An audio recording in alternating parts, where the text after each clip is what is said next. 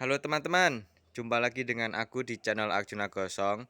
Bagaimana kabarnya teman-teman semuanya? Semoga sehat selalu serta rezekinya semakin berlimpah.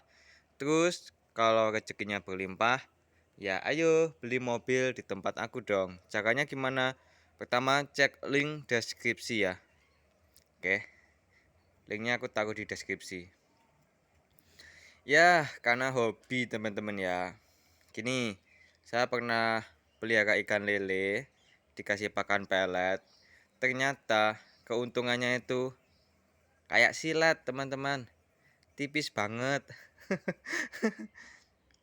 Bahkan kalau kita ambil ya beberapa kilo, itu udah untuk kita masak sendiri maksudnya ya. Itu ibaratnya kayak kita itu udah ini keuntungan kita tuh udah habis ya. Gitu.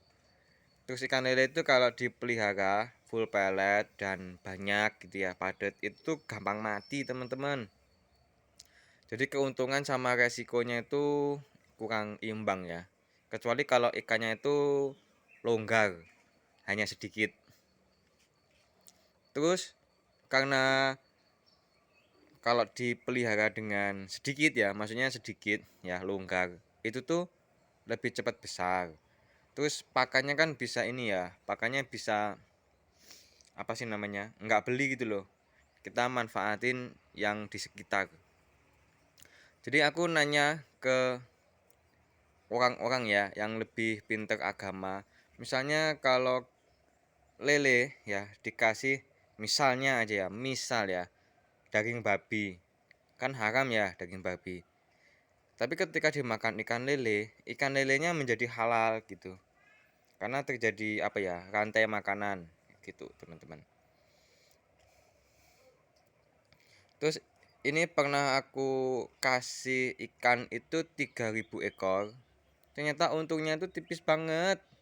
Benar-benar tipis ya, karena ada biaya tidak terduga, terus aduh harga pakannya itu mahal banget.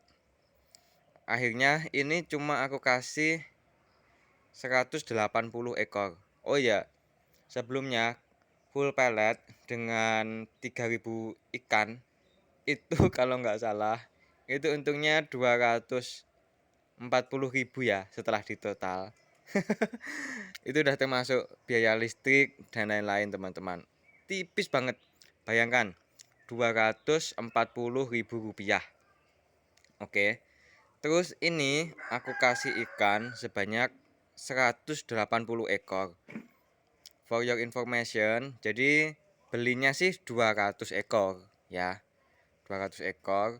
Tapi yang 20 aku taruh di akuarium. Karena apa? Karena aku pengen melihat reaksi ikan lele jika dikasih makan, ya. Makan yang macam-macam maksudnya ya. Kadang ular, kadang kodok, kadang katak, kadang cicak kayak gitu. Reaksinya tuh kayak gimana? Jadi pengen ngeliat aja gitu ya.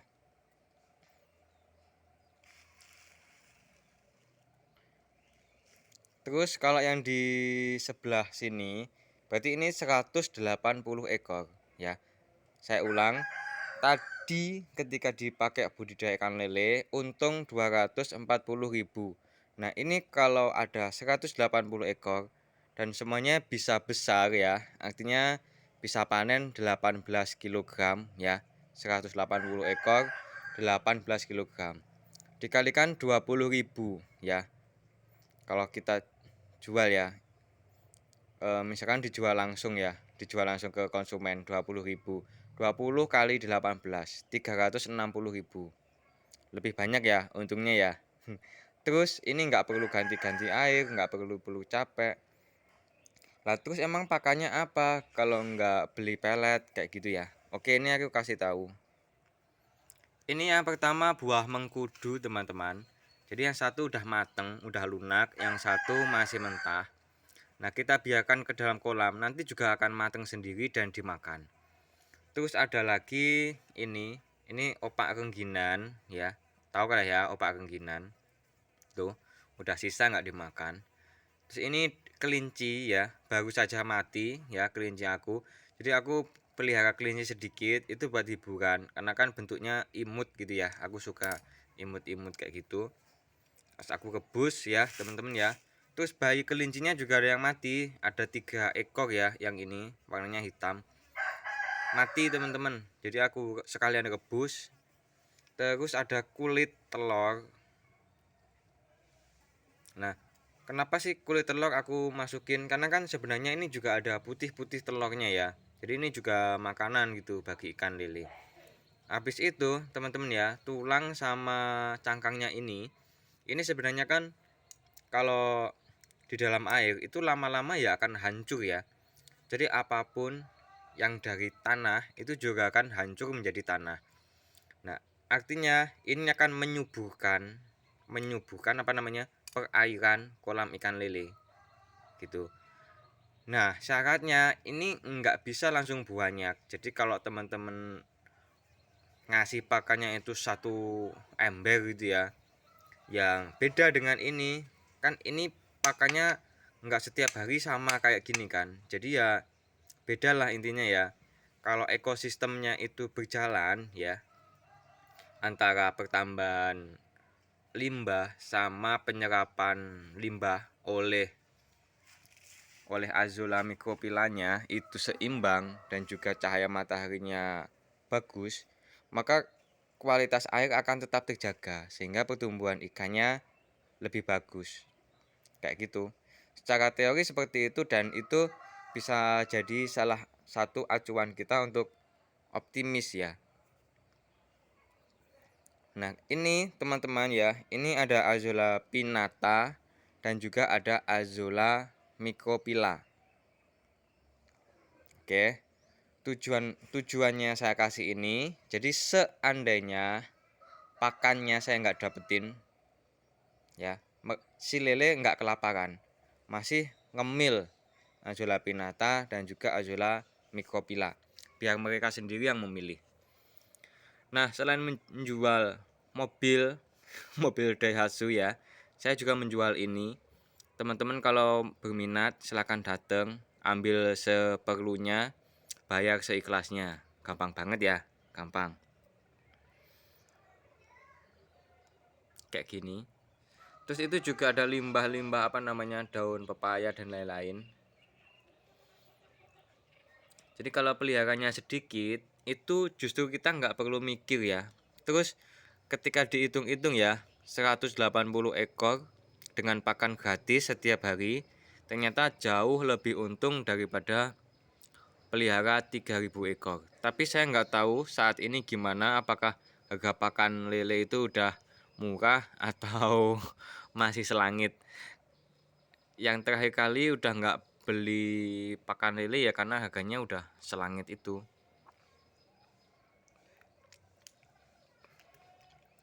Untuk cara budidaya ini akan saya bahas di lain kesempatan teman-teman ya, karena durasinya udah panjang juga. Kita sambung besok lagi. Kalau teman-teman ingin mengetahui update video terbaru, silahkan klik subscribe-nya. Oh iya, kan mau kita kasih ini ya, pakannya ya.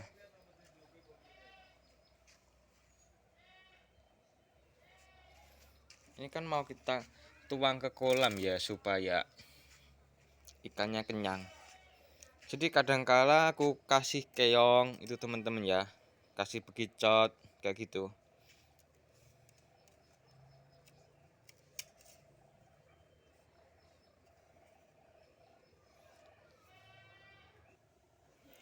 Ini kuahnya aku campur dengan air sumur, kuahnya rebusan teman-teman. Dan buat apa sih kayak gitu ya, buat siram ini.